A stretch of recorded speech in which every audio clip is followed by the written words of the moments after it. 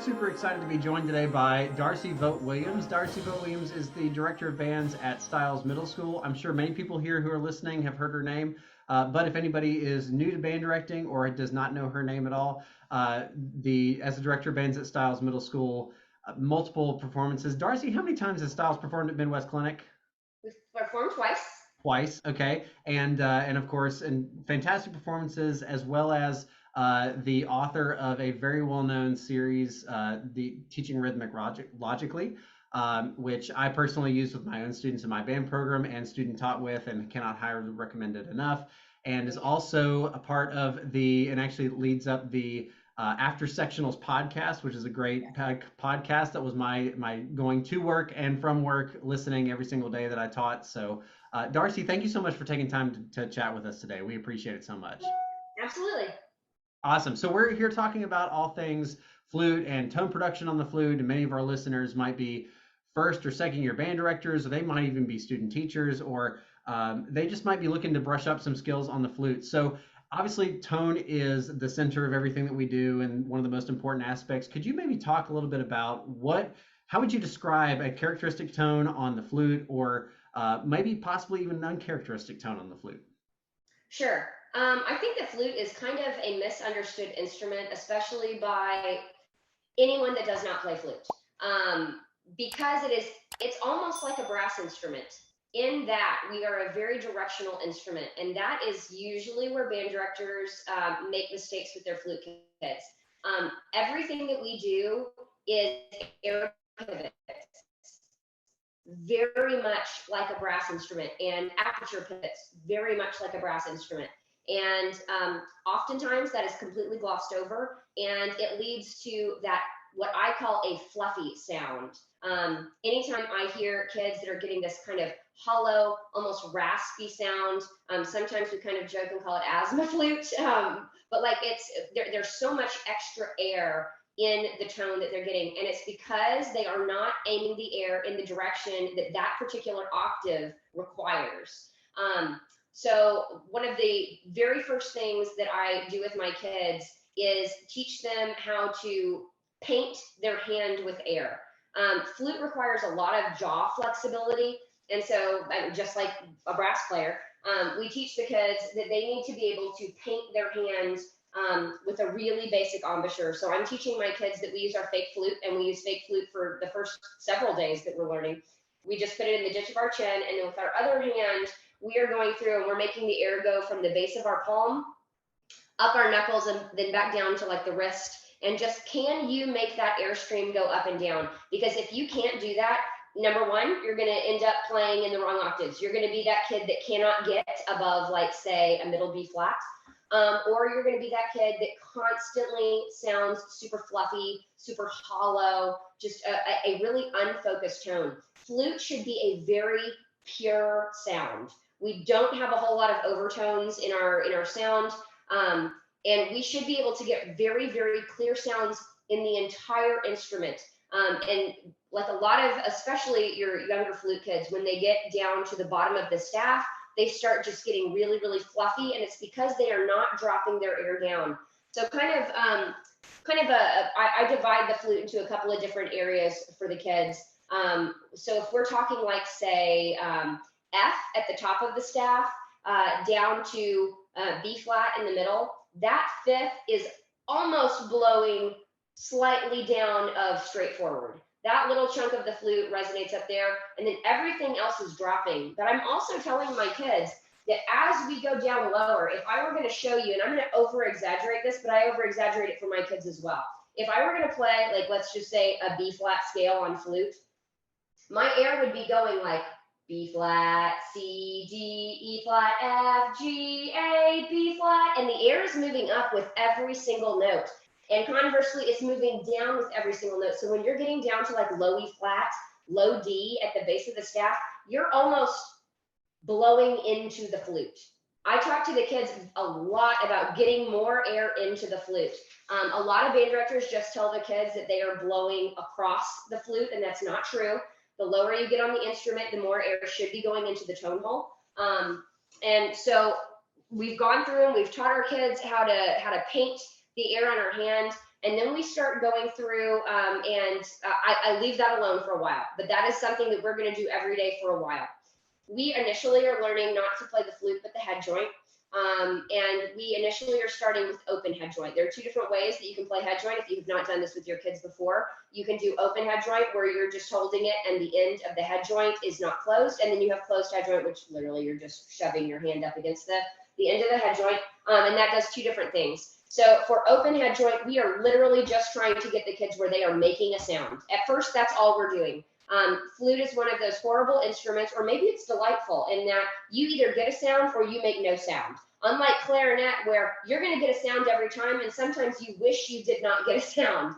So beginner flute is very forgiving in that, but just getting the kids where they are finding a consistent place that gets a sound every time.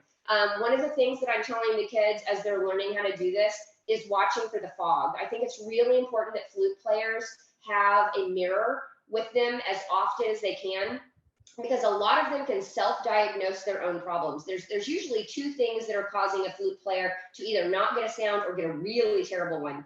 The first one is the fog is not centered on the tone hole.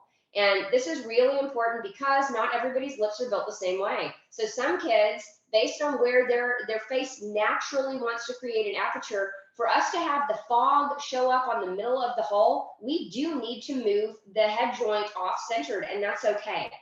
It doesn't have to, it does not have to look and be placed in the exact same, and I would say this for every instrument, based on your face, every instrument is going to be placed slightly different. It's just maybe more obvious sometimes on flute on how off-centered it is.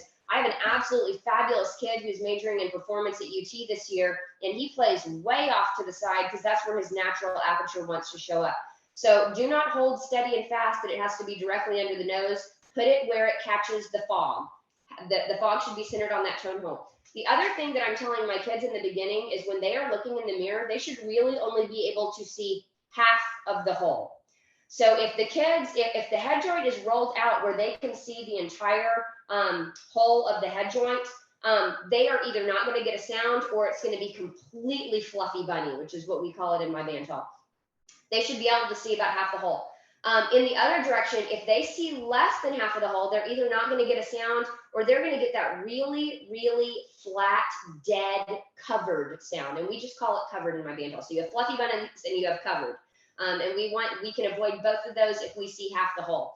We do a lot of partner work with our kids, initially on open head joint where the partner is watching the fog, where the partner is looking for only half of the hole to be seen. And then a lot of I play, kid A plays while kid B is watching.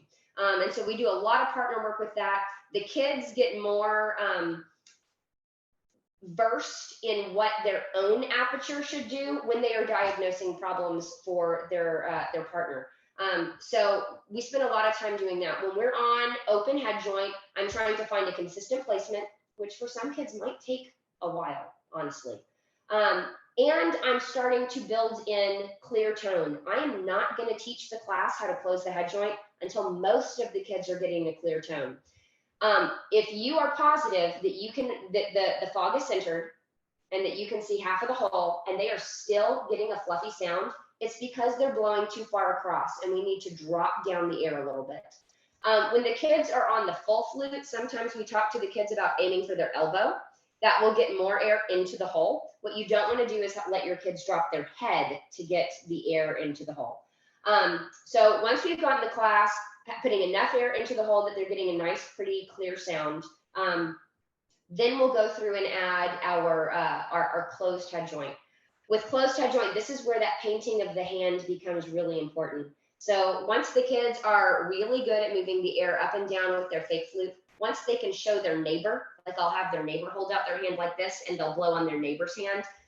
A lot of times that's eye-opening for both kids because they've kind of been lying to themselves about the flexibility of their air direction. When they have to do it on their neighbor's hand, their neighbor's like, your air didn't move at all, bud. And then we have to go and reevaluate some things. But once they can paint the air, then we start very specifically putting our middle knuckle on the tip of our nose and pulling it away maybe 4 or 5 inches. At this point, I'm going to give them some specific locations that we're going to aim. We're going to aim for our wrist and we're going to aim for the middle of our hand. And we will practice just going or middle, wrist, and they'll practice going. We are articulating this when we do this. Flute is such an easy instrument to articulate on, like, why not go ahead and do it from the beginning? At least that is my opinion. So we will get where they are purposely aiming here and then aiming here without a gliss of the air instead of painting. It's an immediate change. And that goes to us starting to learn how to play highs and lows on the head joint. So for the high note, we are aiming straight forward. For the lower note, we are aiming down into the hole, which is about wrist level. The other thing that the kids are doing at this point is we're watching our aperture. When we're aiming for those lower notes, we are going to open the aperture just a little bit so it's more of an oval shape. And when we go to the higher note, we are actually going to almost drawstring our lips just a little bit. And I want to hesitate when I say that because that's an over exaggeration. The lips do come forward. I'm going to shove my face in the camera for you to see. So this is what my kids would see. And I put a video of my lips doing this in Google Classroom. And there's an exercise that they do where they practice with me, but they watch my lips on the camera. This is left over from COVID, but it's something that I've kept for the last couple of years because them being able to get into my face, I think was really important and has actually changed how quickly some of the kids pick up on this. So I'm gonna get really close to the camera. I've got my fake flute. So if I'm playing low, you see that tiny pivot in the center of my lip. I'm gonna do that again. So you see that the hole does get a little bit smaller and it does get a little rounder. And so you'll see the class doing this, we'll do this back and forth of I sing, they sing. Sometimes we're singing wrist, middle. Sometimes we're singing low, high. Sometimes we take our hands and go oval, circle, and we're demonstrating what should be happening with their face. If your kids are struggling to get lows and highs on head joint, they're either aiming incorrectly or they are not doing the aperture change. Both of those things have to happen. If the aperture does not change, that's when you start getting kids that are just overblowing their guts out. There has to be a balance of air direction and aperture change for the kids to be able to get that really pretty clear sound in all registers. When my kids can do that on closed head joint, then we're ready to start doing it on the real flute. Just talking about describing a characteristic tone naturally is going to lead you into talking about all the things that you need to make sure that they actually do to do that, and talking about a lot of the things that you're starting with your beginners from day one and very easy exercises. I know for me personally, after COVID, where our students were all in playing masks and we were in a parking lot and we couldn't actually walk around, just this past year was very much tone boot camp, even for my top band. It was tone boot camp. We are starting from square one. I don't care how good you are or how well you whatever. We need to make sure we all are playing with characteristic tone after several years of not being able to see that. And so any of our listeners here who might be perhaps starting a new job or their first job, and they're entering in and they're also teaching maybe 7th and 8th graders or even a young high school group, what are some of the most common, and we both have done so many honor groups over the years and have worked with so many groups, what are some of the most common mistakes that you see that are some of the most easy fixes that maybe from other teachers that we might be able to influence? Sure. So I think the first thing that I would do if I came into, like, let's say I've taken a new job and I've been brought over to several different campuses for people to say, please diagnose my flutes. The very first thing that you have to be able to do with your kids is get them to start to do some octave work. That will be very eye-opening for the kids, especially when you either use a drone or a tuner, because tone and tuning are partners. Tone impacts tuning and tuning impacts tone. When you are playing to the center of the pitch of the instrument, both of those things kind of take care of themselves. And so, for example, I went to a high school a few years ago, and I was working with some of the younger kids, so some freshmen and sophomores, and they just were not getting a beautiful, resonant, characteristic tone. And so the first thing that we did was hook them up to tuners and see what happened when they did octave drills. And the baby step for this would be for them to do toned octave work, like maybe just doing like a whole note and a whole note, low whole note, high whole note, low half, high half, low half, high half. getting those into quarter notes. When they can do it tongued, go back and add the slurs, which really forces the aperture to have that mobile flexibility that flute uses. But I say use the tuner because despite the fact that your low octave and your high octave are not going to be exactly the same in tune, they should be close. They should be fairly close. So what a lot of people, when they have flutes that do not sound like flutes, are going to see is they're going to go extremely sharp on the high octave, and the pitch is really going to sag on the low. And that's because they are forcing, it would be just like an air kick on a brass instrument. They are forcing that octave up either with, wild, violent air for any number of reasons. Either they didn't shrink the aperture or they did not move the air. One of the tools that I would encourage any band director to have in their band hall would be a Numo Pro. For those of you that have used a Numo Pro before, they are a visual lifesaver for a lot of kids. For those of you who haven't, it's this really cool device that's like a plastic head joint. It makes no sound, but it has 4 pinwheels that show the kids where they're aiming their air. And when they're doing these octave drills, whether it's tongued or slurred, what I usually do, there's 4 pinwheels. I usually take off the bottom and the top one, so they only have these 2. And the low octave should be happening on this second pinwheel, which is now the bottom since I've taken off the bottom. And then it should be moving up to the third. If they can't make those specific pinwheels turn, this is the problem. Okay, so that's problem number 1. They don't have that air shift. If they do have the air shift and they're still struggling, then that aperture is probably not changing, and now it's time for a mirror. But that would be the first exercise that I would go to. And that is really an altering exercise for flute players, especially when they start seeing that they really can keep the tuner pretty still. And at this point, I don't even really care if it's in tune. Are they keeping it still? Meaning, are both of them sharp? Are both of them flat?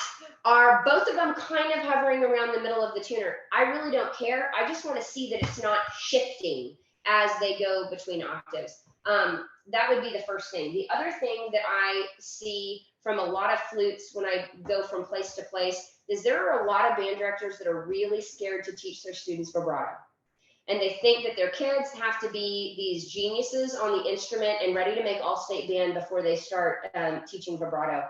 And vibrato is only scary if you make it scary. If you make it a skill that they are not ready to learn, then by God, they're not going to learn how to do it, and they're going to be resistant to it.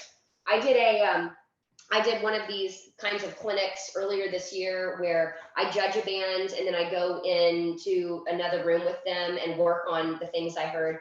And this band was playing in canto. Love in canto. Great piece that should be played more. But there's a flute solo in there, and the flute soloist had the most beautiful sound, no vibrato. Not a completely straight tone. Beautiful sound, but no vibrato. Now, a few minutes later, when the trumpet had that little tiny solo, the trumpet player used vibrato, but the flute player didn't. Vibrato is part of a characteristic flute sound. It is. There are very specific vibrato instruments, and it is not characteristic for a kid not to use them. Flutes, oboes, bassoons, saxophones. These folks have to learn how to use vibrato. Then we can start arguing for trumpet and euphonium later, but these 4 have to be using vibrato. And the quicker we start incorporating it into really basic outside of the music application, then it becomes easier and they are braver to add it into the music. When I'm first teaching my kids vibrato, we aren't even doing it on the instrument. I'm doing it sing style with them. So we're learning how to go ta, and they end up, like when you do that, you're feeling it, we call it diaphragmatic vibrato, but it really isn't. I mean, it really doesn't truly come from deep down there, but they're feeling those air pulses coming down from their stomach. I'll even have them put one hand on their stomach so that they can feel that. Once they can say it, then we air play it. And when we air play it, I have them put their finger like they're saying shh, because when you blow on your finger, it makes the air loud so that I can hear what their air sounds like. And now we turn it into, and first we're just learning quarter notes, then we're learning eighth notes. When they're pretty good with that, we'll add triplets, and we'll eventually add 16th notes. But we're doing this only I play, you play style outside of the music. We'll eventually add it to the last note of a scale. Maybe we'll add it to the last note of a song if it's a whole note. I mean, we're adding it into such easy, basic spots that the kids are feeling very confident with this. And as we start adding it into more notes, it becomes less and less of a thing. But not teaching your kids vibrato is wrong. And I know that a lot of band directors don't do it because they don't feel comfortable teaching it, but it's really a very, very simple thing to teach. I know that I have a video on how to teach vibrato on the After Sectionals pedagogy page on Facebook. I would encourage any of you to join that. We put a lot of real application videos up there for you to incorporate with your kids instantly. But like once you've taught a year of vibrato, you'll feel better about it the next year, and your kids will sound better, and they will take a lot of pride in the fact that they are sounding more professional, because that is a skill we need. Good. Darcy, you've covered so much which we are all super appreciative of. Do you mind just talking a little bit about, with your beginners, we've talked a lot about embouchure, we've talked a lot about all those different exercises. Could you just talk about maybe some very basic posture things that might be a little bit unique to flute as opposed to all the other instruments? Absolutely. I teach initial, I'm going to start with some hand position stuff. I teach that kind of stuff 100% off of the instrument. So like we're doing all of this stuff on head joint, and then we put the head joint away and we get out the body and the foot. And we are only working this. I am very big on teaching things, teaching new skills separately and getting good at a skill before we layer it with another. So even in these early days when we're learning how to do basic head joint stuff, we're learning how to do hand position and body position completely separately. One of the things that I see that I absolutely hate about flute players across everywhere is where band directors let their kids put their right thumb. So let me talk to you a little bit about why hand position is so important from a personal perspective. By the time I was finished with college, I was wearing 2 wrist braces because of the tendonitis that I had developed from years of holding my flute in a questionable format. There is a lot of pain and suffering, and I'm being dramatic with that we can prevent our kids from experiencing by enforcing that both wrists should be straight. If we have taught the kids proper hand position on flute, there should never be a time where we have kids with cocked wrists. That should not happen. So I, as a band director, if I'm looking at my baby flutes and I see kids that have bent wrists, that's because their hands are not placed appropriately. The first thing that we learn how to do is thumb one squish. We're not going to go into which thumb key you should be using, but the correct answer is the top one. But what I will say is that at the very beginning of what we're doing, we're learning that we go thumb one, and it's completely open, and then we learn how to squish this part of the finger against the flute. It should be touching the body of the flute. And I go through and I put a marker X on every single kid's hand right here. It's right above this major knuckle. Right here is the cradle point that holds most of the weight of the flute. And I will put a little X there. So we'll put our thumb, we put our first finger, and then we have to squish that X against the body of the flute. This is all done upright. So we do thumb, one, squish. And that puts this hand into the proper position. And that allows for this wrist to be straight. That is really important, guys. Now let's go and talk about that right thumb, which drives me absolutely crazy. The thumb does not go underneath the flute. It goes behind the flute. Okay, so if you are, I wish I had something big that I could hold that here. I'll use this enormous disc. This is my flute. My thumb does not go directly under my first finger. It should go behind the flute. And when my thumb is behind the flute, that allows my wrist to be straight. The flute is actually like pushing against the flute. My lip and this right here hold all of the weight of the instrument. I could totally take this hand off and I can still play. In fact, sometimes I do. Sometimes I'm snapping with my right hand while I'm playing basic octave stuff with my flutes, because this isn't what holds it. This is a balance point. This is a making sure it's pushing away from my body, but it goes on the back side of the flute. So if I were thinking like 12 o'clock, 1 o'clock, 2 o'clock, 3 o'clock, I'm talking like 4 or 5 o'clock. That's where your thumb should be. And it should really be between your first and second finger on your right hand. This is acceptable. This is acceptable. Way over here is not. So it should be somewhere around these two fingers, and it should be behind the flute. I do take the time to either put tape, usually painter's tape because it's textured, or masking tape. Painter's tape doesn't quite leave as many marks. Sometimes I've even used moleskin, but I put a very, very tiny thin strip so that they can feel and see where that thumb should be. The other thing that I don't like about what band directors allow their kids to do is they allow to hold the flute on this part of the thumb. The flute should be on like this left front corner of the thumb. It's over towards the tip. It should not be right here. And so you'll see these kids who, the way they're holding their flute, their thumb is sticking way out, which puts their wrist at a weird angle, and it puts their fingers in this mashed up form, and you have no speed when it comes to finger work when your fingers are all curled up. Anytime we can straighten out our fingers and straighten out our wrists, we need to require that from our kids. The other thing, the last big thing that I would talk to band directors about is flute players should not be sitting in their chair straight forward like every other instrument. They should be sitting at a 45-degree angle. So when we're learning initially how to count or how to play our head joint, I do let the kids sit straight forward like everybody else, but then we graduate to learning how to sit like a flute player. So we point our knees 45 degrees to the right, and then when we lift up our flute should be parallel to the music stand. Our body should not. Our knees should be out at a 45-degree angle, and we rotate our body forward so that the flute is parallel with the music stand. And that is such a more comfortable way for your flute kids to be sitting. It's going to really put all of the joints in the right place. It's going to help those wrists, all of that kind of good stuff. That's my soapbox about thumbs and wrists. Darcy, we can't thank you enough for being willing to share this. A lot of what Darcy's talked about, if you're wanting to go into more depth, you can actually find if you start listening to the After Sectionals podcast. There's a lot of things here that I've already listened to her say that I'm already, oh yeah, I remember her going into a lot more detail about. So I would encourage you, if you're looking for that next step on a lot of the information you've heard, go over to After Sectionals and listen to it. Like I said, everything for her resources that I know are available, I will make sure linked down below in this video. So you'll be able to go there and start looking through a lot of that stuff. But again, Darcy, thank you so much for doing this. We greatly appreciate it and appreciate all you've shared with us today. Absolutely. You're welcome. Thank you.